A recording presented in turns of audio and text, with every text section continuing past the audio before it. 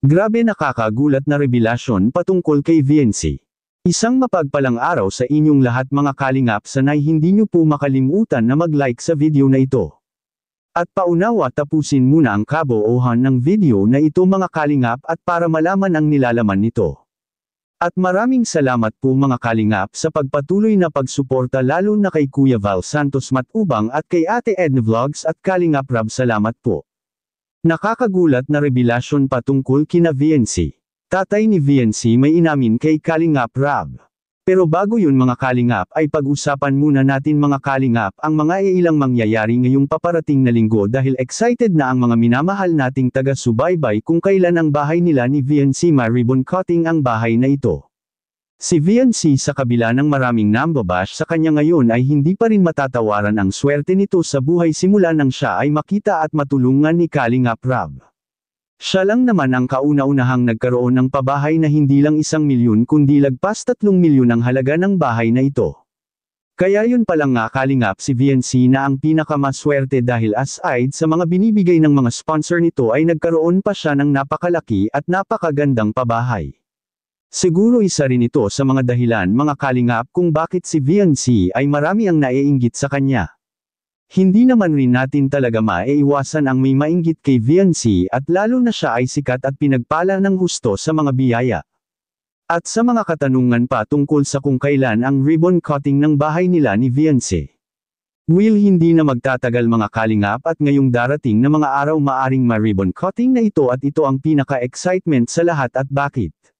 Dahil sa noong nakaraang update ng bahay nila ni VNC ay wala pa itong mga kagamitan sa loob at gusto nang makita ng karamihan kung ano ba talaga ang fully finished sa bahay na ito. At sa kabilang dako naman mga kalingap, grabe naman VNC na paiyak dahil sa pambabash sa kanya. Hindi daw siya tunay na anak ng kanyang tatay. Yan ang ating makikita sa video. Binabas ka, umiiyak din si mama mo.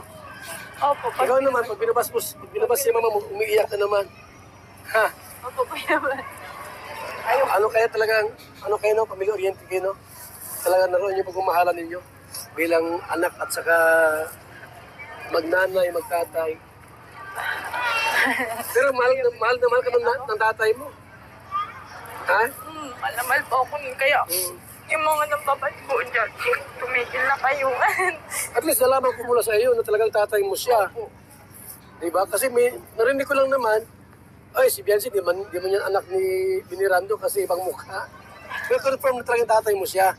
O, yan ha. Okay, mang baspo kayo, ano. Hindi totoo yun, hindi siya anak ni Binirando. Mga kalinga. Yan, umiyak tuloy si Biancy. Halip na mag-enjoy sa Hong Kong, pinaiyak natin. Okay na umiyak, Biancy. At ano lang naman yun, mga comment na naman yun sa, naitanong ko lang kasi may nag-comment ko ay, at nag-chat sa akin din na, Val, itanong mo daw kay Biancy kung tatay niya si Binirando, si Biran. Kasi ang sabi ng iba, hindi mo raw tatay ay. Tatay mo pala yun. Yan o. Pero meron daw siyang anak sa iba. Tatay mo. Totoo yun? Ay, opo, meron po. Ay, meron po mga kalingap. Kuya po ako sa ano. Kami kuya ka. Tsaka close naman po kami. Tsaka, pag mga ganun po, dapat hindi nyo na po pinapakalaman yung mga personal na ano na po namin. Mga ano po Hindi yan. talaga maiwasan. Sikat ka na kasi ay. Artista ka rin kasi, pagkagaya may mga issue. Kay pamilya, hinahalongkat nila. Kaya nga, kuya. Pero ready ka naman sa gayon na pati buhay hinahalongkat nila. Opo. Pero dapat po talaga malakas ang loob pag dito po sa social media. Baka naman pagka tinira ang parents mo, aayaw ka na sa kalinga. Ay, hindi po kuya. Pero pag talagang inano po talaga yung pamilya ko ng ina dyan. Hindi man din natin pagka below the belt na. Kuya ba? Di ba? Opo. Pagkagayaan na po. Tanong lang naman yun, wala masama sa magtanong. Kuya. Huwag mong bigyan ng masamang yung tanong na, Ang tanong yung kasi kung ano tama ko. Siyempre po kuya ba? Nasasaktan po talaga. Oo ako, naman. Pamilya na po. ay nangyari sa akin yan. Kuya ba? Di ko anak si Kalinga Prab. Sabi ko, anak ko yan, ako nagpaano yan. Siyempre masasaktan din po kayo. Sa bagay, totoo naman talaga yan. Sulat mo, bahay ka pa naman. Pero, yan, gawin mong parang challenge na rin sa buhay mo. Na, siyempre, sumisikat ka na, marami na nakakilala sa'yo.